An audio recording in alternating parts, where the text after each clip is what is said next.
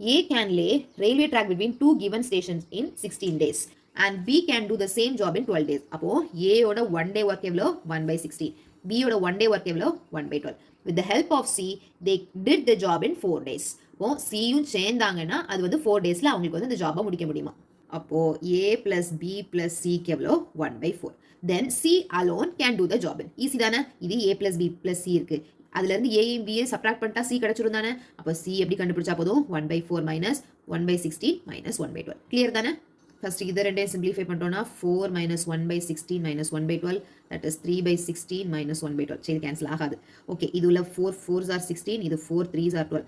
அப்போ 4 4s are 16 into 3 வந்து 48. அப்போ 48 3 டைம்ஸ் பண்ணுறப்போ 9 மைனஸ் 4, தட் இஸ் 5/48. இப்போ சி மட்டும் எவ்வளோ நாளில் முடிப்பாங்கன்னா 48/5 டேஸில் முடிச்சிடுவாங்க. 48/5 9 வரும், 9 5 are 45, பேலன்ஸ் 3 இருக்கும். இதுதான் ஆன்சர்.